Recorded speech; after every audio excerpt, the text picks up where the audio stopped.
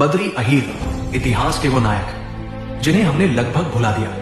बिहार के भोजपुर जिले के हेतमपुर गांव से अफ्रीका पहुंचे, जहां एक गिरमिटिया मजदूर से सफल कारोबारी बने। महात्मा गांधी जब अफ्रीका में सत्याग्रह शुरू कर रहे थे तो आश्रम के लिए जब धन की जरूरत पड़ी, बद्री अहीर ने अपनी पूंजी समर्पित कर दी।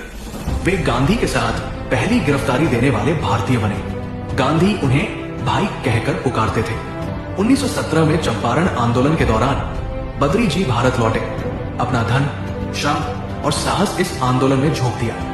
गांधी ने अपनी आत्मकथा में लिखा, बद्री सबसे आगे रहे, सत्याग्रह को ताकत दी। बद्री अहीर ने गांधी के लिए वही भूमिका निभाई जो भामाशाह ने महाराणा प्रताप के लिए निभाई थी।